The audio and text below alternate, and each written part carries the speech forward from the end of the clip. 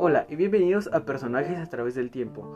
Hoy, como las letras del fondo me lo indican, hablaremos de Leonora Carrington, una gran pintora que perteneció a la corriente del surrealismo. La dinámica será sencilla. Relacionaremos el día de hoy diversas materias con el personaje para poder así explicar mejor su historia. Nació el 6 de abril de 1917 en Clayton Green, Clayton Lewis, Reino Unido, y falleció el 25 de mayo del 2011 en la Ciudad de México. Fue hija de un gran empresario textil y desde pequeña mostró una oposición a las costumbres religiosas de su familia, y siendo expulsada de 2 conventos antes de que le enviaran a un internado en Florencia. Y bueno, llegada aquí es donde inició a pintar para tiempo después profesionalizarse y estudiar en el Chelsea College of Art and Design, donde se formó como pintora surrealista. Y bien, en 1937 conoció a Max Ernst, un artista alemán de quien se enamoró para después huir a París, en donde conoció a varios artistas importantes como lo fueron Salvador Dalí, André Breton y bueno, entre otros más.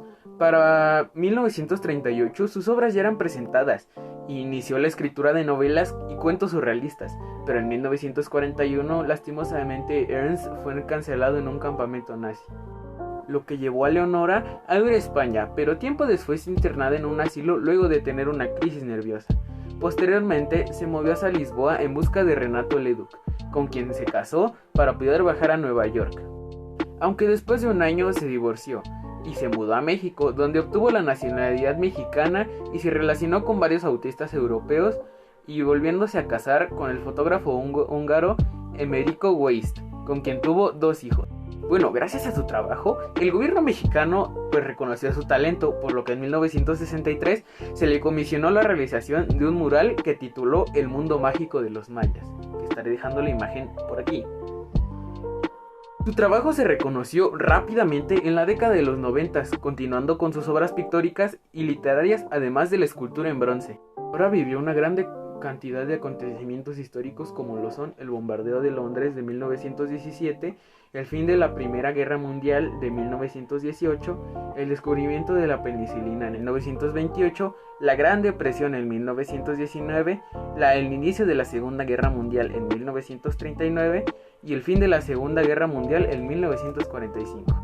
De la época que se vivió destacan la Revolución Cubana del año 1959, el asesinato de Martin Luther King en 1968, la llegada del hombre a la luna en el año 1979 y la caída del muro de Berlín en 1989, además de la guerra del Golfo en 1990 y el fin de esta misma en 1991. En 1972, Leonora apoyó el movimiento de liberación de la mujer en la Ciudad de México, mismo año en que se publicó La trompetilla acústica. En su texto Yes a Mathematics, Leonora habla de su propio nacimiento de manera inverosímil.